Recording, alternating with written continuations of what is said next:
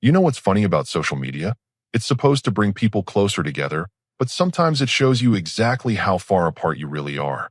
That's what happened when my wife decided to announce to the world that she finally knew her worth and wouldn't accept less than she deserved. The kicker? She posted it right after I'd spent my entire weekend fixing our kitchen sink, painting the guest bedroom, and handling 3 loads of laundry while she had her girls' day out. I was sitting in my home office, catching up on some work emails when my phone buzzed. A notification from her Instagram. Usually, I don't pay much attention to her social media posts, but something about the timing felt off. I opened it, and there it was, a perfectly filtered selfie of her looking contemplative, with that caption that hit like a sledgehammer. Now I know my worth, queens. Won't accept less than I deserve. Time to level up and demand better. The post already had dozens of likes and comments from her friends, all cheering her on with those typical phrases. Yes, girl, you deserve the world. Know your value, queen. I scrolled through them, each one feeling like a small stab. What really got me was how she'd never mentioned being unhappy. We'd had dinner together just 2 hours before she posted this, and she seemed perfectly content. I walked downstairs to where she was curled up on the couch, still scrolling through her phone with that satisfied smile people get when their posts are performing well. She didn't even look up when I entered the room. Interesting post, I said, keeping my tone neutral. She glanced up briefly, then back to her screen. Oh, you saw that? It's just something I've been thinking about lately. Thinking about what exactly? She shrugged, still not giving me her full attention. Just personal growth stuff. Self-worth. You know how it is. But I didn't know how it was. We'd been married for 6 years, and this was the first I was hearing about her feeling undervalued or unappreciated. I sat down across from her, studying her face. She was still smiling at her phone, responding to comments with heart emojis and thank you messages. So this is about us. I asked directly. That got her attention. She looked up with that expression people wear when they've been caught, but want to play innocent. Why would you think it's about us? It's just a general post about self-improvement, right? And the timing is just coincidental. She set her phone down with a slight huff. Look, if you're feeling some type of way about my post, maybe that says more about you than it does about me. There it was. The deflection. The subtle accusation that I was being insecure or reading too much into things. But I'd been with her long enough to know when she was being genuine and when she was playing games. This felt like the latter. I'm just trying to understand what brought this on, I said. If there's something I'm not doing right, or something you need that you're not getting, I'd rather you talk to me about it instead of broadcasting it to social media. She picked up her phone again, clearly done with the conversation. It's not that deep. I just felt inspired to share something positive. Positive. I repeated the word, letting it hang in the air. So telling the world you won't accept less than you deserve is positive? Yes, it is. It's about self-respect and boundaries. And what exactly are you not getting that you deserve? She gave me that look wives give their husbands when they think they're being deliberately obtuse. I shouldn't have to explain this to you. But see, that's where she miscalculated. I'm not the type of man who accepts vague accusations or passive-aggressive social media posts as legitimate communication. If she had something to say about our relationship, she could say it directly. If she felt undervalued, she could specify how. But this whole performance for her online audience? That crossed a line. I stood up and headed back toward my office. Well, when you figure out what you think you deserve that you're not getting, let me know. I'd hate for you to keep settling for less. She called after me. Where are you going? To give you some space to think about your worth. I replied without turning around. Back in my office, I sat down and really looked at that post again. The comments were still flowing in, and I noticed something interesting. Her friend Rebecca had written, "Girl, it's about time. You've been giving too much for too little." Another friend added, "Some people don't appreciate what they have until it's gone." These weren't random supportive comments. They were targeted. They knew exactly what situation she was referencing, which meant she'd been discussing our relationship with them. She'd been building a case, gathering sympathy, and now she was making it public. I leaned back in my chair and considered my options. I could get angry and start an argument. I could demand she take the post down. I could write my own passive-aggressive comment. But none of those approaches would actually solve anything. They'd just give her more ammunition to use against me. No, this required a different strategy. If she wanted to know her worth, I was more than happy to show her. If she thought she deserved better than what she was getting, I could demonstrate exactly what she was getting and what life would look like without it. My phone buzzed again. Another comment on her post. You're too good for anyone who doesn't see your value. I smiled to myself. Perfect. Let's see how valuable she really thinks she is when she finds out what she's actually worth in this relationship. Time to give her exactly what she's asking for. The next morning, I woke up to find her post had exploded overnight. Over 200 likes and 50 comments. I made my coffee and decided to really dig into what her support network was telling her. What I found was more revealing than I expected. Her college friend Amanda had written a lengthy comment.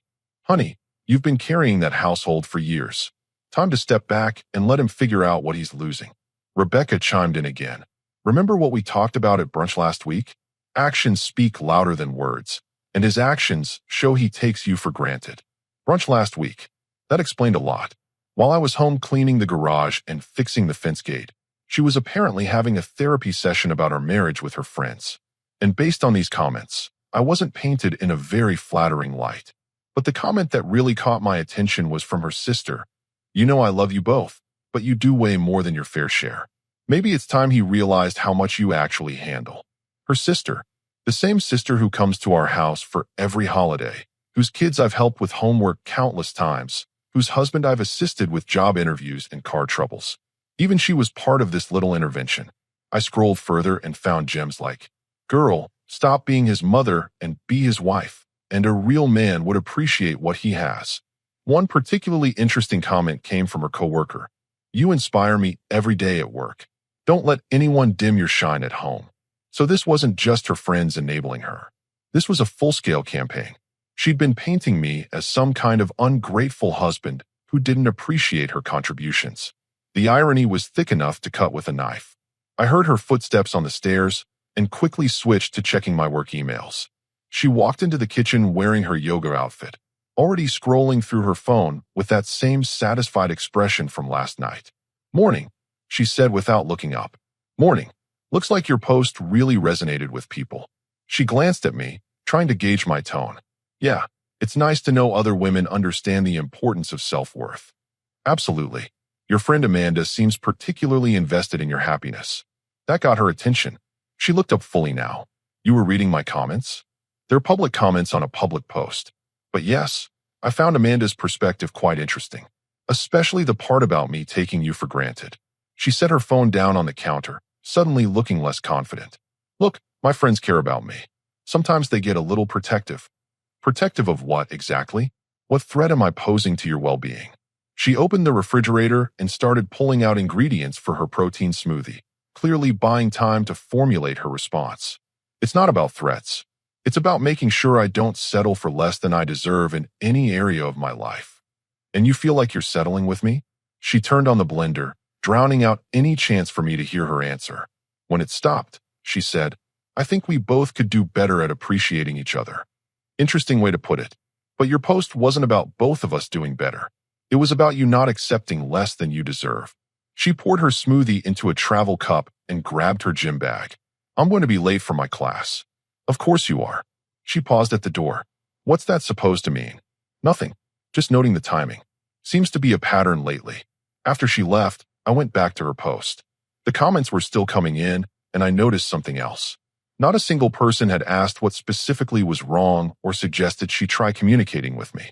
Every single comment was encouraging her to demand more, expect better, and refuse to settle. But here's what really got me. I started mentally cataloging what I actually do around the house, in our relationship, and for her personally. The list was longer than I expected. I handle all the finances, including her credit card bills that she never questions. I maintain the house, the cars, and deal with any repairs or issues. I plan our vacations, make our dinner reservations, and remember birthdays for both sides of the family. When she wanted to start her online boutique 2 years ago, who researched suppliers and helped set up her website.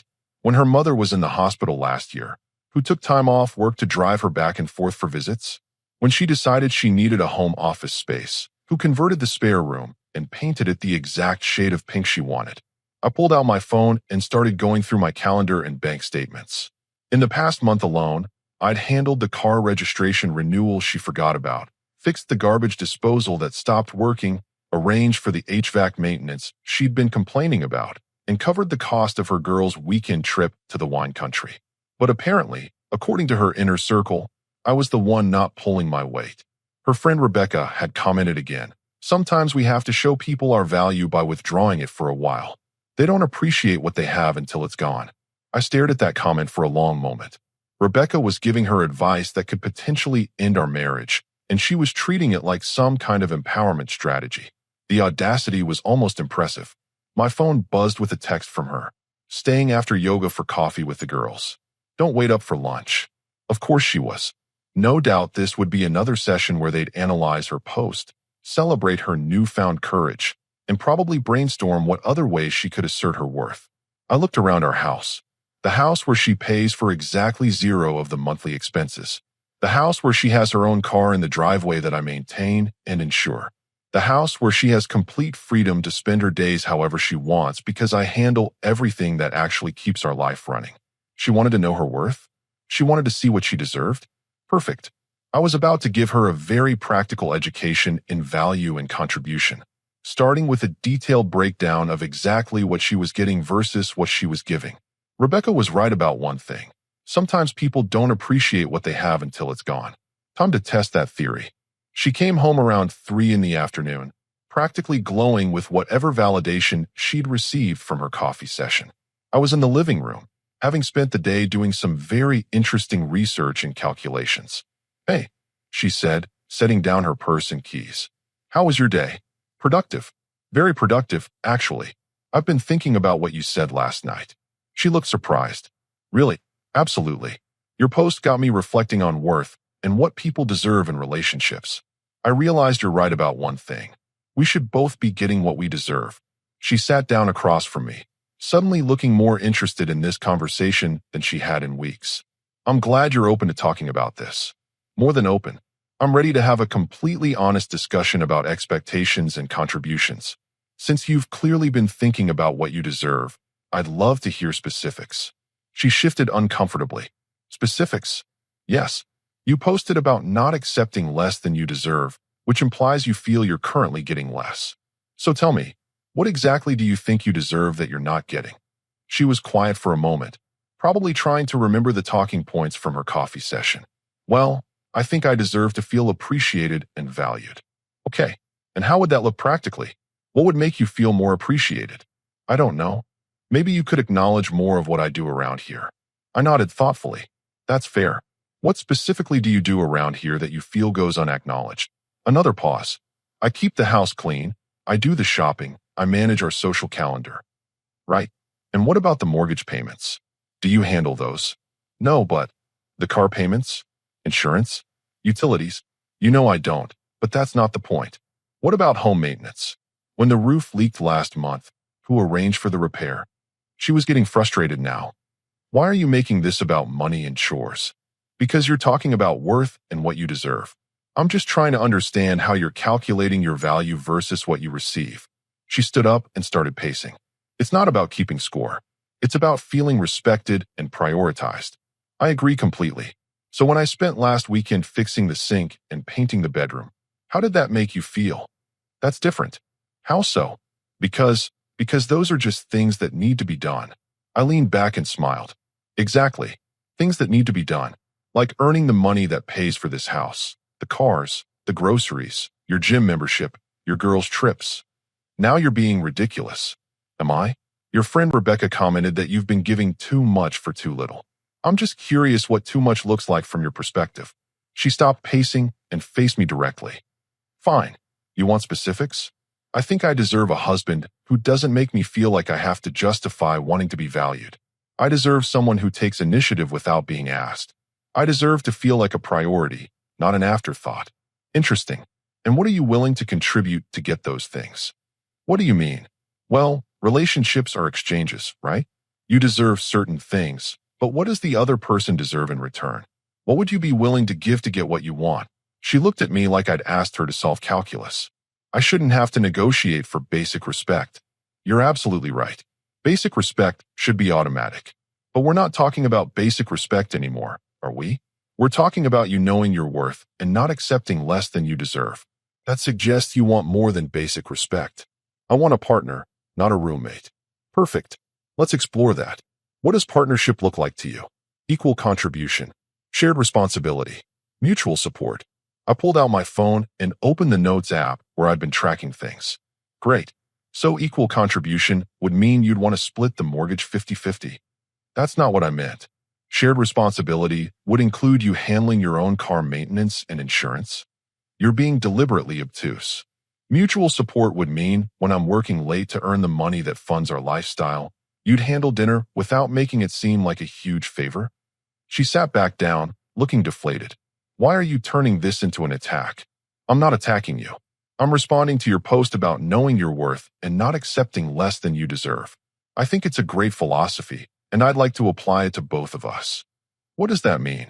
It means if you deserve to feel valued and prioritized, then I deserve to have my contributions acknowledged rather than dismissed. If you deserve a partner who takes initiative, then I deserve a partner who doesn't broadcast our relationship issues to social media instead of talking to me directly. She was quiet now, staring at her hands. I continued, if you deserve someone who makes you feel special, then I deserve someone who doesn't let her friends trash talk me in public comment sections. They weren't trash talking you. Rebecca said you've been giving too much for too little. Amanda said I take you for granted. Your sister said you do more than your fair share. What would you call that? They're just being supportive. By encouraging you to devalue your marriage, by validating complaints you never brought to me first. She looked up, and for the first time in this conversation, she looked uncertain. I didn't think of it that way. Here's what I think happened. You had some feelings about our relationship. Instead of talking to me, you talked to your friends. They validated those feelings and amplified them. Then you posted about it publicly. Now you feel justified in your position, but you never actually tried to resolve anything with me. That's not.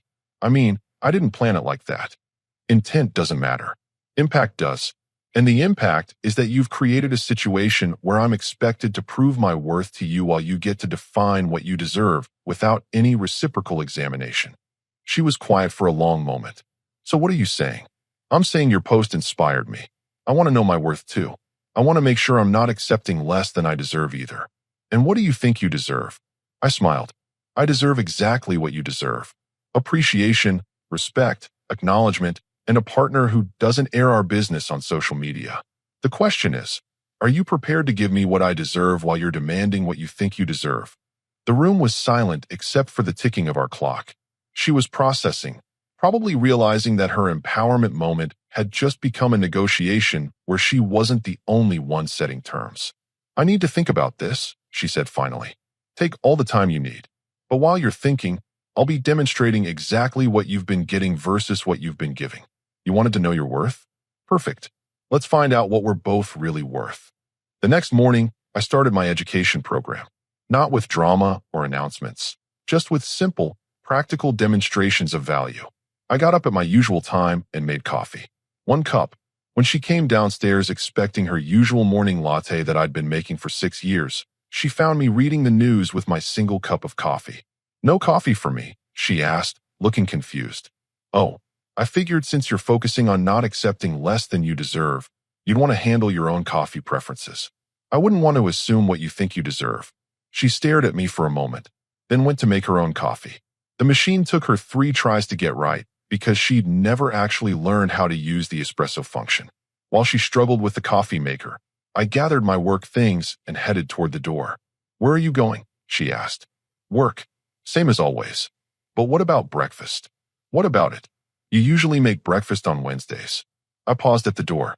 I usually do a lot of things, but I've been thinking about what your friends said in those comments. Rebecca mentioned you've been giving too much for too little. I wouldn't want to burden you with too much by expecting breakfast.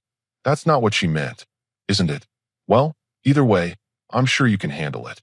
You're a strong, independent woman who knows her worth, right? I left her standing in the kitchen, still trying to figure out the coffee maker. At work, I made some phone calls. First, I canceled the weekly grocery delivery service that I'd been paying for. Then I called the housekeeper and canceled our bi-weekly cleaning service.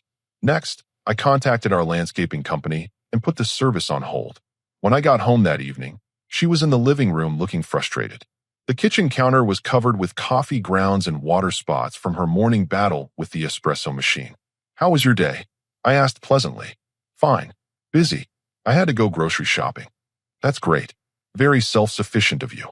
She waited for me to ask about dinner, but I didn't. Instead, I went to my office and ordered takeout for myself. When the delivery arrived, I took my food to my office and ate while working. Around 8, she knocked on my door. "Aren't you going to eat with me?" "I already ate. But thanks for thinking of me. You ordered food without asking if I wanted anything. I figured you'd handle your own dinner. You're very capable." "This is ridiculous. You're acting like a child." I looked up from my computer. "Actually, I'm acting like someone who's learning to value himself appropriately. Your post really resonated with me. I realized I've been giving too much for too little too." "What's that supposed to mean?" "Well, let's see. I've been handling all the finances, all the household maintenance, most of the planning, and the majority of the expenses. In return, I get criticized by your friends and passive-aggressive social media posts. Seems like an unbalanced exchange. So you're punishing me?" "Not at all. I'm adjusting my contributions to match the level of appreciation I receive. It's basic economics." She left without saying anything else. Thursday morning followed the same pattern. I made my coffee, gathered my things, and prepared to leave. She was at the kitchen table with a bowl of cereal, looking dejected. "The Wi-Fi isn't working," she said. "That's unfortunate. Aren't you going to fix it?" "I'm sure you can figure it out. Maybe call the internet company." "I don't know how to do that." "It's probably time you learned. Personal growth and all that." That afternoon, she texted me multiple times. The Wi-Fi was still down. The dishwasher was making a weird noise. She couldn't figure out how to pay the electric bill online because she didn't know the account information. I responded to each text with helpful suggestions. Try unplugging the router for 30 seconds. The dishwasher manual is in the kitchen drawer. The electric company's customer service number is on the bill. By Friday, the reality was setting in. She'd spent 2 days trying to manage things that I usually handled seamlessly. Her Instagram post from Tuesday was looking less empowering and more naive with each passing hour. Friday evening, I came home to find her sitting at the kitchen table with papers spread everywhere. Bills, account statements, instruction manuals. "What's all this?" I asked. "I'm trying to understand our finances and figure out how to fix the garbage disposal and schedule the car maintenance that's apparently overdue. Sounds like you're learning a lot about household management." She looked up at me with exhausted eyes. "This is harder than I thought." "What specifically?" "All of it. I didn't realize how much, how many things you handle." I sat down across from her. "And how does that make you feel?" "Overwhelmed. And maybe a little guilty." "Guilty about what?" "About not appreciating it before. About letting my friends influence me. About that post." I nodded. "Your friend Amanda commented that you've been carrying the household for years. How do you feel about that assessment now?" She pushed the papers away and rubbed her temples. "I feel like I was seeing only part of the picture." "What changed your perspective?" "Having to handle everything myself for 3 days. I spent more on groceries in one trip than you usually spend in 2 weeks. I couldn't figure out the router issue and had to pay for a technician. The dishwasher repair is going to cost $300 because I didn't know about the maintenance schedule you've been following. And I realized that maybe my definition of contribution was pretty narrow." I leaned back in my chair. "So what do you think you deserve now?" She was quiet for a moment. "I think I deserve a husband who cares enough to handle things without making a big deal about it, which is what I had all along." "And what do you think I deserve?" "An apology. And a wife who appreciates what she has instead of listening to people who don't even know our relationship." "Anything else?" She looked at the mess of papers on the table. "Help figuring all this out so I can take over some of these responsibilities. If we're going to be real partners, I should know how our life actually works." I smiled. Now that sounds like someone who knows her true worth. She reached across the table and took my hand. "I'm sorry. The post, the comments, all of it. I was feeling insecure about other things, and I took it out on our marriage." "What other things?" "Work stuff. Comparison with other people's relationships. General life anxiety. But instead of talking to you about it, I let my friends convince me that you were the problem. And now I know the problem was my perspective and my choice to broadcast our business instead of communicating with you directly." I squeezed her hand. "So what happens next?" "Next, I delete that post and apologize to my husband publicly. Then I learn how to be the partner you actually deserve instead of demanding things I hadn't earned." I like that plan. She picked up her phone and opened Instagram. I watched as she deleted the post that had started this whole mess. Then she typed a new one. Sometimes growth means admitting when you're wrong. I posted something earlier this week that I regret. My husband is an amazing partner, and I'm grateful for everything he does. Real queens appreciate what they have instead of complaining about what they lack. She looked at me before hitting share. Too much. Perfect. Now let's figure out how to make this partnership more balanced going forward. And that's exactly what we did. Saturday morning brought the real test. Her new post had been up for 12 hours, and the response from her support network was interesting. Rebecca had commented, "Girl, what happened? Did he get to you?" Amanda wrote, "This doesn't sound like you. Are you okay?" Her sister called at 8 a.m., which woke both of us up. "What's going on with your Instagram?" she asked without even saying hello. I could hear her clearly since she was talking loud enough to wake the neighbors. My wife sat up in bed, still groggy. "What do you mean? That post you made yesterday, about your husband being amazing. It's completely different from what you were saying last week." I watched my wife's face as she processed this. Maybe because I realized I was wrong last week. Wrong about what? You told me he doesn't appreciate you. You said he takes you for granted. I said a lot of things. Doesn't mean they were all accurate. There was a pause on the other end. Did something happen? Are you in some kind of situation where you can't speak freely? My wife looked at me and rolled her eyes. No, I'm not in danger. I'm in my own bed having a conversation with my sister who apparently thinks I can't change my mind about my own marriage. But you were so sure about everything. You said you were done accepting less than you deserve. And I figured out what I actually deserve versus what I thought I deserved. Turns out there's a big difference. After she hung up, she turned to me. This is going to be a long day. She wasn't wrong. By noon, she'd received texts from 6 different friends, all expressing concern about her sudden change of heart. Her coworker had even called to make sure she wasn't being manipulated or coerced. "It's like they can't believe I might have been wrong," she said, scrolling through the messages. "Or they're invested in you being unhappy with me. Why would they want that?" I shrugged. Misery loves company. Or maybe it's easier to support someone who's complaining than someone who's taking responsibility. Her phone rang again. This time it was Rebecca, and she put it on speaker without asking me. "Okay, I need to know what's really going on," Rebecca said immediately. "Because the woman I talked to on Wednesday was ready to demand better treatment, and now you're posting about how amazing your husband is. That's not normal.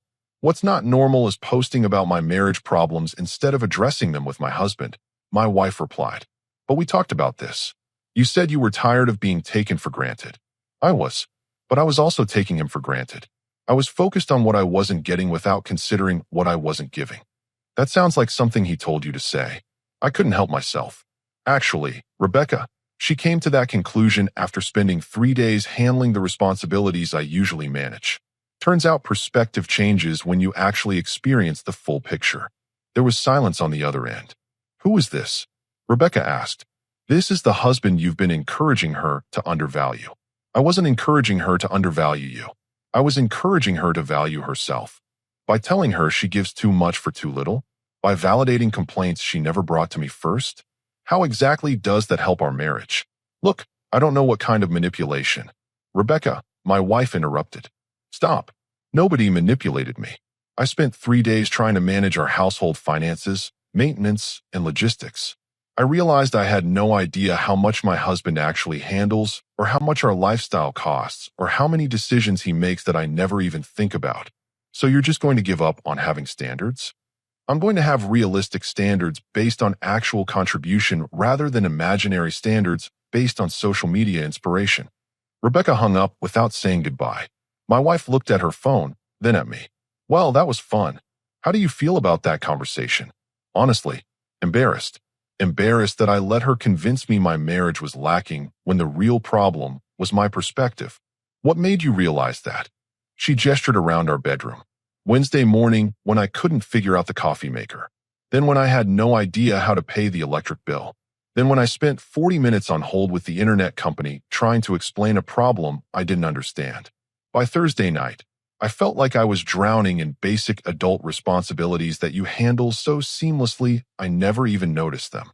And I realized that Rebecca and Amanda don't know anything about our actual relationship. They know the version I presented when I was feeling sorry for myself. They don't know that you wake up early every Saturday to make me pancakes. They don't know that you researched contractors for 3 weeks to find the right person to fix our bathroom. They don't know that you've never once complained about paying for my gym membership or my girls' trips. I nodded. They know the highlight reel of your complaints, not the full picture of our partnership. Exactly. And they were giving me advice based on incomplete information. Her phone buzzed with another text. This one from Amanda. Just checking in. Your husband didn't see our conversation at coffee, did he? My wife showed me the text. What should I tell her? The truth. She typed back. He didn't need to see it. I told him about it myself. That's what married people do. They communicate. Amanda's response came immediately. That seems like a mistake. Some conversations should stay between friends. My wife stared at that text for a long moment. You know what? I'm done with this. She called Amanda directly. Hey, Amanda answered. Did you get my text? I did. And I need to tell you something. The conversation we had at coffee was inappropriate. I was venting about my marriage instead of working on my marriage. You were encouraging me to see problems that weren't really problems. And now you're suggesting I hide conversations from my husband. I was just being supportive. No, you were being destructive. Supportive would be encouraging me to talk to my husband about my feelings. Destructive is validating complaints and encouraging me to broadcast them on social media. I can't believe you're turning this around on me. I'm not turning anything around. I'm taking responsibility for my choices and asking you to respect my marriage going forward. Fine, but don't come crying to me when you realize you settled for less than you deserve. I won't, because I know exactly what I deserve now, and it's what I already have. After she hung up, we sat in silence for a few minutes. How many friendships am I about to lose? She asked. Probably the ones that were based on complaining about me rather than actually caring about your happiness. That's depressing. Or liberating. Now you'll know who your real friends are. She leaned against me. The real friends would have asked me if I'd talked to you about my concerns before encouraging me to post about them publicly. Probably. And they would have encouraged me to work on my marriage instead of criticizing my husband. Most likely. She picked up her phone and started typing. What are you doing? Posting one more thing. She showed me the draft. Update. Real friends encourage you to work on your relationships, not abandon them. Real friends ask if you've communicated with your partner before validating your complaints. Real friends want you to be happy, not just right.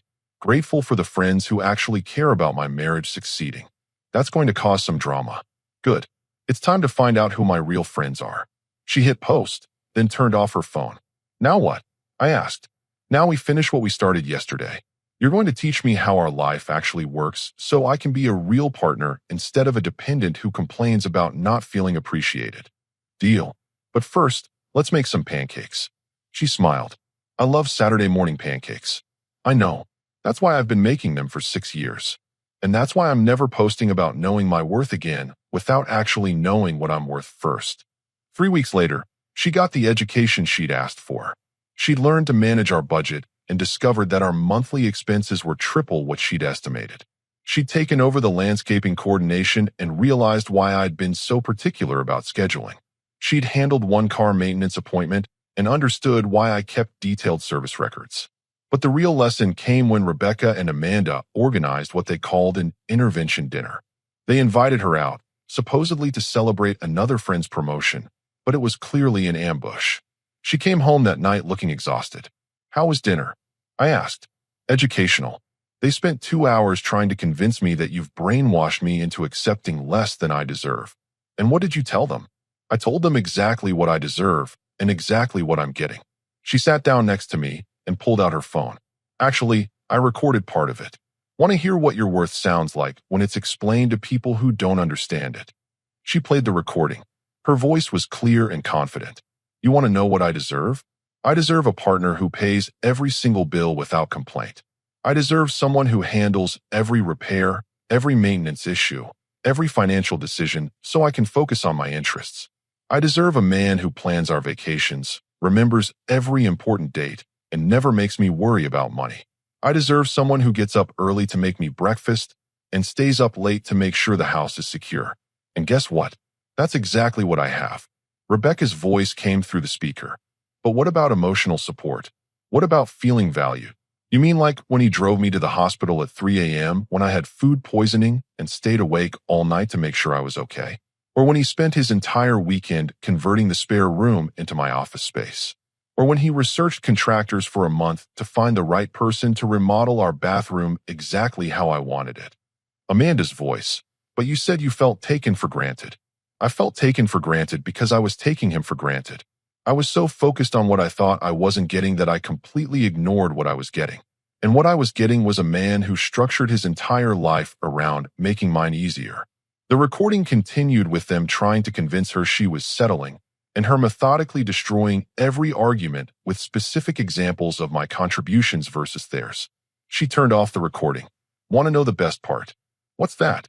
When I finished explaining what you actually do for our relationship, Rebecca asked what you get in return. So I told her, which was a wife who appreciates what she has instead of complaining about what she lacks. A partner who supports your decisions instead of undermining them to her friends.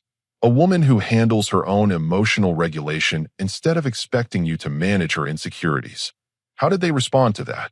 Rebecca said that sounded like an unequal exchange. So I asked her what her boyfriend contributes to her life. I laughed. I'm guessing that didn't go well. She couldn't list a single thing beyond emotional support and companionship. Meanwhile, I had just spent 20 minutes detailing your practical contributions to our daily life. And Amanda? Amanda said I was being too transactional about love. So I pointed out that her transactional approach was expecting maximum emotional investment from partners who contribute minimum practical value. She leaned back against the couch. I realized something tonight. They're not my friends. They're spectators who were entertained by my relationship drama. The moment I stopped providing drama, they tried to create more. What did you tell them?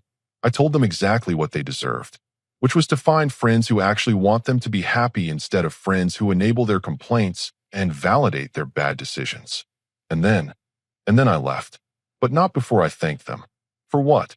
For showing me the difference between people who support your growth and people who support your grievances. For helping me realize that the only opinion that matters in our marriage is yours and mine. And for demonstrating what it looks like when people don't know their actual worth. She picked up her phone and showed me her final Instagram post. Final update. I know my worth now. My worth is measured by what I contribute, not what I demand. My value comes from what I give, not what I expect. And my husband's worth? Immeasurable. Some queens rule kingdoms. Smart women appreciate the kings who built them. The post already had dozens of likes and comments, but this time they were different. Supportive. Encouraging. From people who actually wanted our marriage to succeed. So, I said, putting my arm around her, do you know what you deserve now? She smiled. I deserve exactly what I have. A man who showed me my real worth by demonstrating his own. And what's that worth? Everything. My marriage, my respect, and my commitment to never again confuse what I want with what I've earned. I kissed the top of her head. Now that's a queen who truly knows her worth. And that's a king who never had to demand his space because he created it through his actions. 6 months later, Rebecca and Amanda were both single. Some people never learn what they're actually worth until they've lost everything that had real value. My wife learned the difference between demanding worth and demonstrating it. And I learned that sometimes the best way to show someone what they deserve is to give them exactly what they ask for.